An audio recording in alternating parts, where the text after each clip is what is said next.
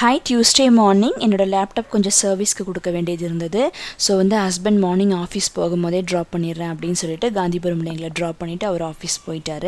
போய் சர்வீஸ்க்கு கொடுத்துட்டு ரிட்டன் பார்த்தீங்கன்னா நாங்கள் 2 பேருமே பஸ்ஸில் வந்துட்டோம். நவிஷ்காவுக்கு அது புது எக்ஸ்பீரியன்ஸாக இருந்தது. நான் ரொம்ப சைலண்ட்டாக உட்காந்துட்டு வந்திருந்தேன். மார்னிங்கே 1 பார்ட் சாம்பாராக முள்ளங்கி போட்டு சாம்பார் வச்சுட்டேன்.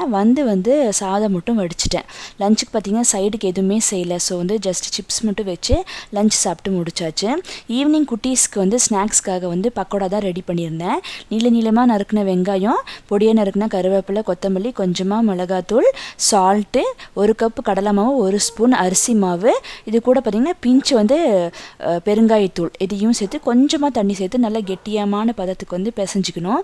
அப்போ தான் நல்லா கிறிஸ்பியாக வரும். இது பிணையிறதுக்கு முன்னாடியே நான் ஆயில் ஹீட் ஆகிறதுக்காக வச்சுட்டேன். இப்போ சின்னதாக போட்டு நல்லா ஃப்ரை பண்ணி எடுத்தோம் அப்படின்னா சூப்பரான பக்கோடா ரெடி ஆயிரும். நாளைக்கு இன்னொரு விளக்கில் பார்க்கலாம். பாய்.